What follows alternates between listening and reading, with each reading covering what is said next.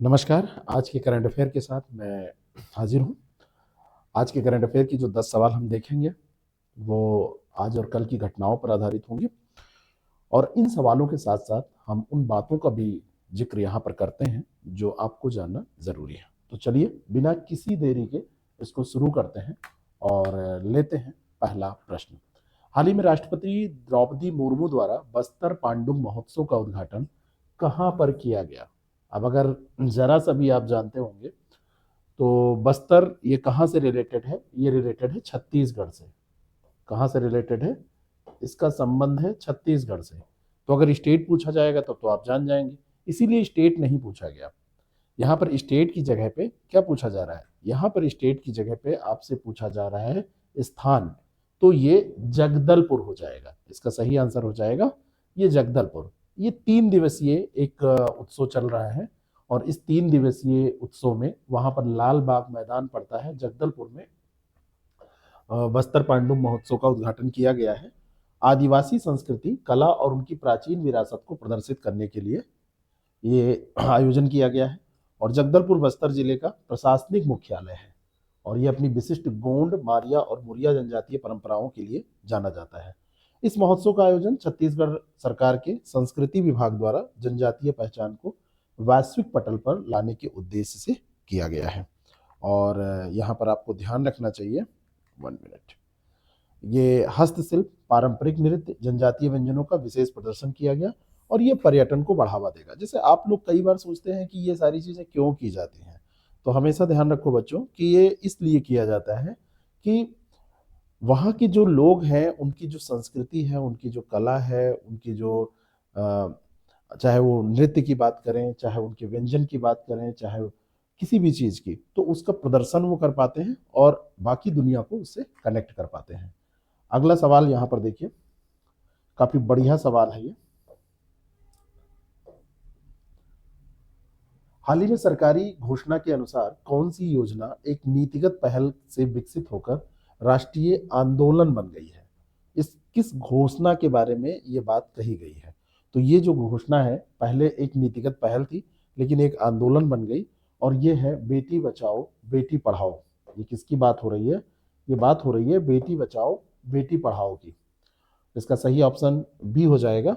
और यहाँ पर मैं आपको बताना चाहता हूँ कि केंद्र ने आधिकारिक तौर पर यह घोषित किया है कि ये व्यापक राष्ट्रीय आंदोलन का रूप ले चुकी है योजना।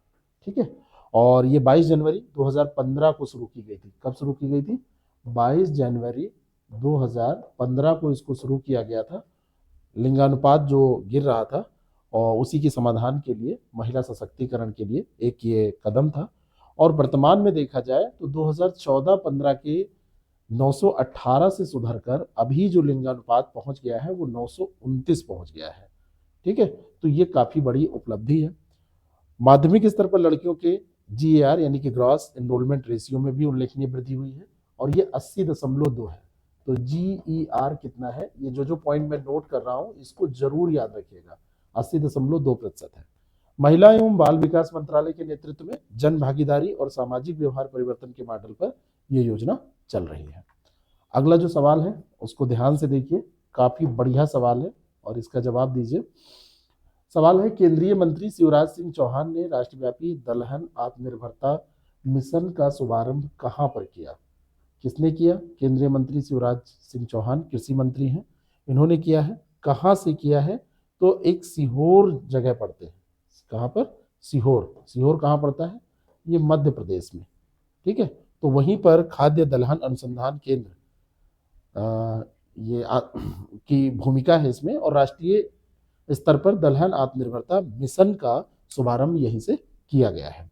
और ये जो मिशन है ये प्राथमिक लक्ष्य है कि दालों के उत्पादन में भारत पूरी तरीके से सेल्फ डिपेंडेंट बन जाए, आत्मनिर्भर बन जाए और आयात की निर्भरता को कम किया जा सके।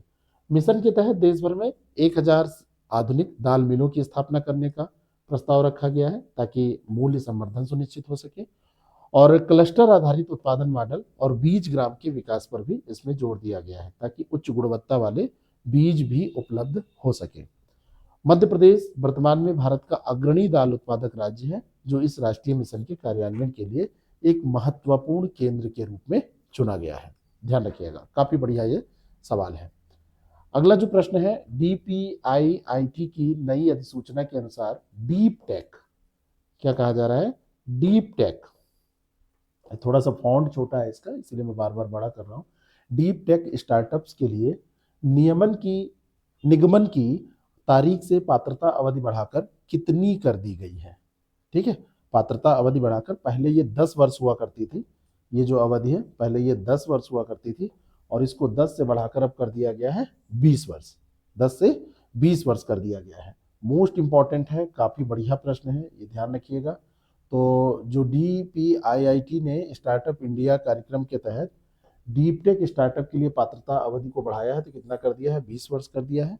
ऐसे स्टार्टअप उद्यम होते हैं जो जटिल इंजीनियरिंग या वैज्ञानिक चुनौतियों के समाधान के लिए उच्च स्तरीय अनुसंधान और नवाचार पर आधारित होते हैं, उन्हीं को डीप टेक स्टार्टअप के नाम से जाना जाता है। और ये जो स्टार्टअप है ये टर्नओवर की सीमा को भी 200 करोड़ से बढ़ाकर अब इनका 300 करोड़ कर दिया गया है, ताकि वो अच्छा इन्वेस्टमेंट और ज़्यादा जो निवेश है वो प्राप्त कर सकें। और ये विस्तार इसलिए किया गया है क्योंकि डीप टेक परियोजनाओं में अनुसंधान की लंबी अवधि और भारी पूंजी की आवश्यकता होती है। AI, बायोटेक और क्वांटम कंप्यूटिंग जैसे क्षेत्रों के लिए ये जो कदम है काफी इंपॉर्टेंट सिद्ध होगा। अगला जो प्रश्न है, आधिकारिक सांख्यिकी को AI अनुकूल बनाने के लिए किस संगठन ने मॉडल कॉन्टेक्ट प्रोटोकॉल सर्वर का बीटा संस्करण लॉन्च किया है। कौन सा संस्करण लॉन्च किया है, बीटा संस्करण लॉन्च किया है। तो किस संगठन ने किया है ये यहाँ पूछा जा रहा है। तो ये राष्ट्रीय सांख्यिकी कार्यालय जो नेशनल स्टैटिस्टिकल ऑफिस है उसने किया है। किसका, मॉडल कॉन्टेक्ट प्रोटोकॉल है ना, MCP, ये सर्वर है, इसका बीटा संस्करण लॉन्च किया है AI अनुकूल बनाने के लिए। तो ये किसकी पहल है, ये ध्यान रखना है आपको, नेशनल स्टैटिस्टिकल ऑफिस NSO की ये पहल है। और आपको यहाँ पर पता होना चाहिए कि ये जो पोर्टल है ये, इसका मुख्य उद्देश्य क्या है, जो अभी ये पहल की गई है, मतलब ये बीटा संस्करण पेश किया गया है, ये AI उपकरणों को भारत के आधिकारिक सांख्यिकीय डेटा सेट तक सीधी और सुव्यवस्थित पहुंच प्रदान करना, ये इसका उद्देश्य है। और ये सर्वर शोधकर्ताओं और नीति निर्माताओं को बड़ी फाइलें डाउनलोड किए बिना आवश्यक डेटा निकालने और विश्लेषण करने की अनुमति देता है। कई बार होता है बहुत बड़ी बड़ी फाइलें होती हैं, उनको डाउनलोड करिए, फिर उसमें से आप अपना एनालिसिस करिए, लेकिन AI सक्षम अगर कर दिया जाए तो उनमें से काम की चीजें ऐसे ही निकाली जा सकती हैं। CPI, औद्योगिक उत्पादन सूचकांक यानी IIP और राष्ट्रीय लेखा जैसे महत्वपूर्ण डेटा सेट को AI पठनीय प्रारूप में क्या करेगा, उपलब्ध कराएगा।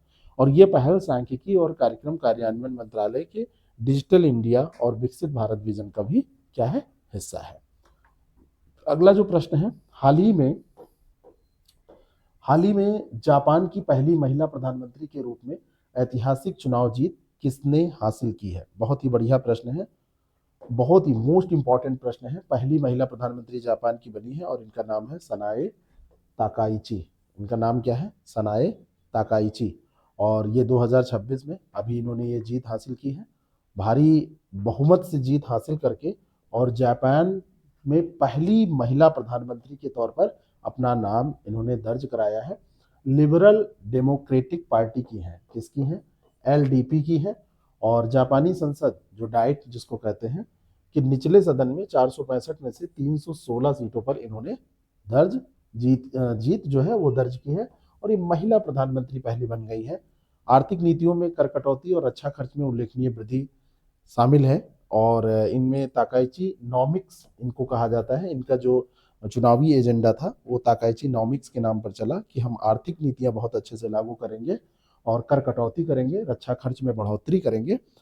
और उन्हें जापान में युवा मतदाताओं और रूढ़िवादी गुटों के बीच उनकी स्पष्ट नेतृत्व शैली और राष्ट्रीय सुरक्षा पर कड़े रुख के लिए व्यापक समर्थन दिया गया। माना गया कि युवा जो लोग हैं, युवाओं के लिए इन्होंने अच्छा काम किया है, करेंगी।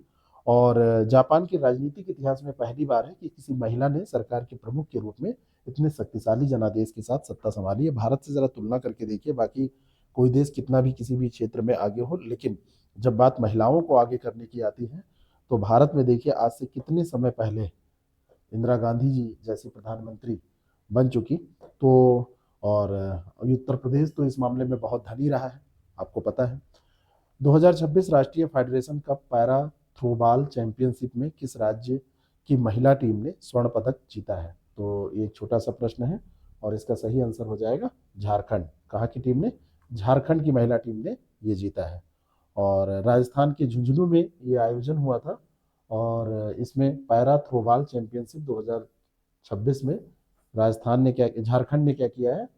ये जीता है स्वर्ण स्वर्ण पदक जीता है और झारखंड ने राजस्थान को हराया है, राजस्थान की टीम को हरा दिया है। ठीक है। पुरुष वर्ग में आंध्र प्रदेश की टीम ने स्वर्ण जीता, तेलंगाना उपविजेता रही।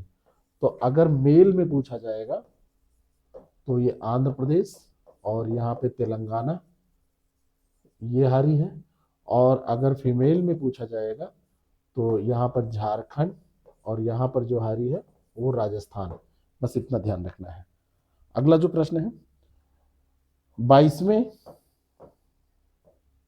उपेंद्र नाथ ब्रह्म मानवता की सिपाही पुरस्कार से किसे सम्मानित किया गया है?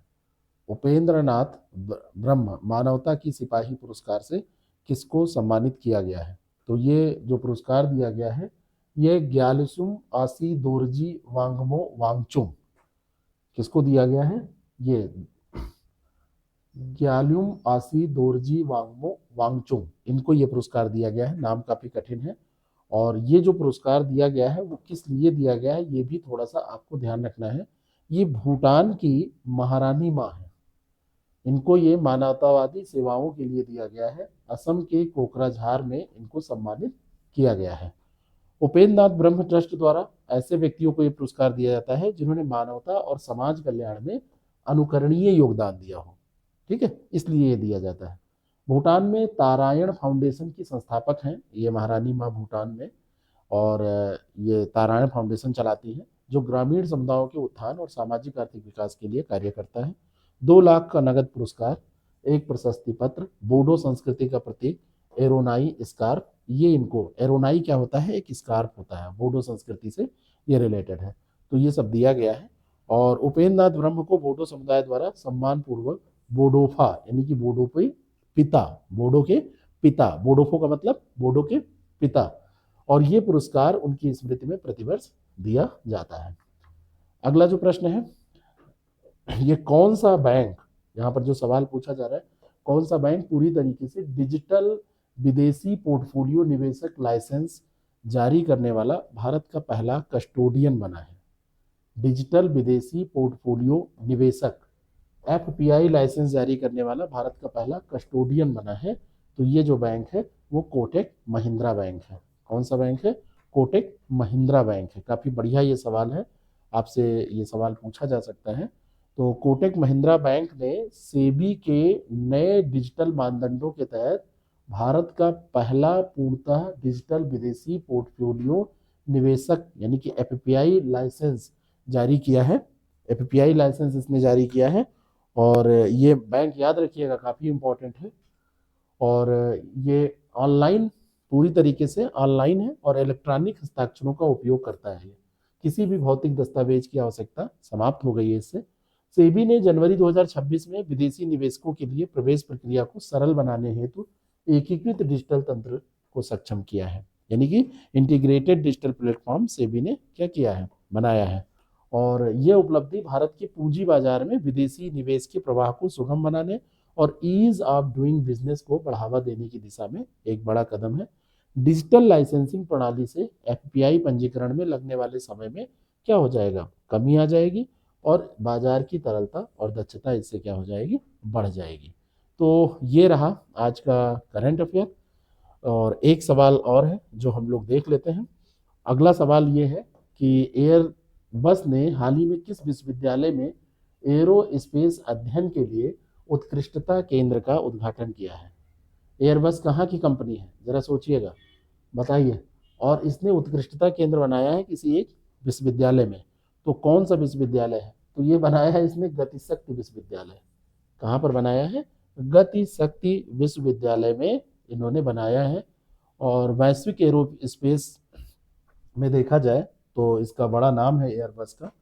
और उत्कृष्टता केंद्र जो इन्होंने बनाया है ये विशेष रूप से टिकाऊ विमानन ईंधन के अनुसंधान और विमानन क्षेत्र के लिए कुशल कार्यबल तैयार करने पर ध्यान केंद्रित करेगा। ठीक है।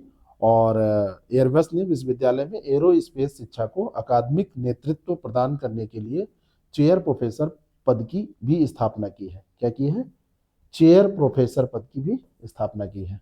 और गतिशक्ति विश्वविद्यालय रेल मंत्रालय के अधीन एक केंद्रीय विश्वविद्यालय है। परिवहन और रसद क्षेत्र में विशेषज्ञता के लिए इसको जाना जाता है। जरा बताइएगा कि एयरबस कहाँ की कंपनी है? मोस्ट इंपॉर्टेंट ये क्वेश्चन है, आपसे ये पूछा जा सकता है। तो आपको ये कैसा लगता है जरूर बताएं, और आप लोग पढ़ते रहें। हम लोग आपके साथ हैं।